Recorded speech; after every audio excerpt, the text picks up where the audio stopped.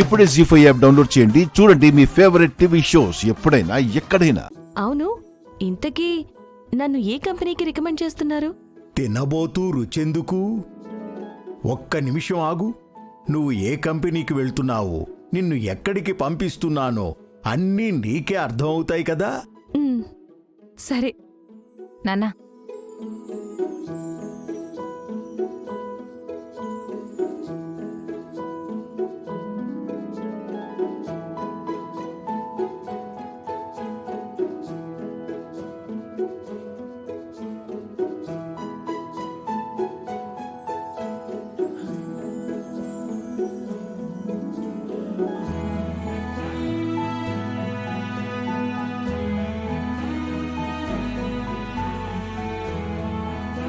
నీ ఉద్యోగానికి recommendation letter రాసేశానమ్మా.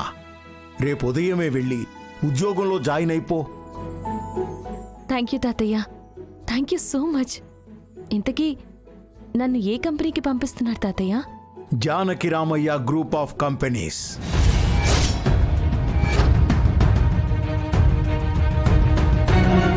Head ఆఫీస్కి సీనియర్ అసిస్టెంట్గా రికమెండేషన్ లెటర్ రాశాను. రేపు ఉదయం వరకు రిజల్ట్ నీ చేతిలో ఉంటుంది. ఏంటి తాతయ్య, Janaki Ramaiah group of companies అంటే నన్ను మీ కంపెనీలో ఎంప్లాయీగా రికమెండ్ చేశారా? అవునమ్మా. అమ్మో, వద్దు తాతయ్య. ఇప్పటికే 2 కుటుంబాల మధ్య కలుసుకోలేనంత అగాధం ఏర్పడింది. ఈ టైంలో ఆ కంపెనీలో జాబ్ అంటే నేను అంగీకరించినా వాళ్ళు అంగీకరించరు తాతయ్య. ప్లీజ్, కావాలంటే వేరే కంపెనీలో రికమెండ్ చేయండి. అలాగే చేస్తాను.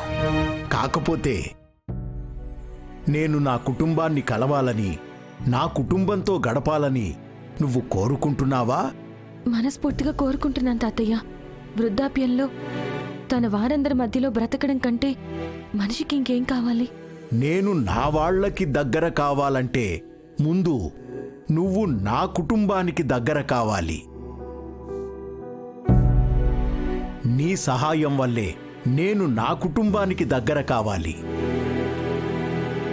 ఆ స్వార్థంతోనే నిన్ను నా కంపెనీలోకి ఎంప్లాయ్గా పంపిస్తున్నాను. తాతయ్య, అవునమ్మా. నువ్వు నన్ను తాతయ్య అని మాట వరుసకు పిలిచావో, మనస్ఫూర్తిగా పిలిచావో గాని నేను మాత్రం నిన్ను నా మనవరాలిగా మనస్ఫూర్తిగా భావిస్తున్నాను. ఆ చనువుతోనే, ఆ ప్రేమతోనే అడుగుతున్నాను. ఈ తాతయ్య కోసం నా కంపెనీలో ఉద్యోగం చేయగలవా అమ్మా?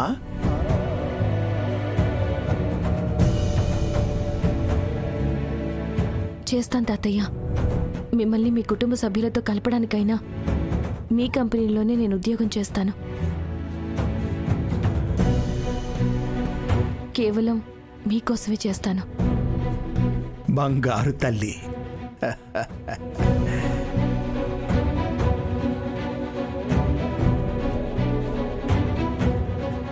జీ5 యాప్ డౌన్లోడ్ చేసి అన్ని ఎపిసోడ్స్ పూర్తి ఉచితంగా చూడండి.